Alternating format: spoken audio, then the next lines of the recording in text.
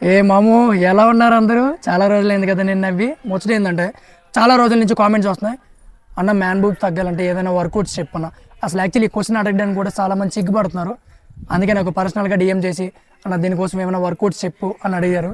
దీనికోసం ఎక్విప్మెంట్ అవసరం లేదండి, ఈజీగా ఇంట్లో ఉండి కొన్ని వర్కౌట్స్ చేసి దీన్ని తగ్గించుకోవచ్చు. ఎలా అనేది చెప్తాను, వీడియోని చివరి వరకు చూసేయండి.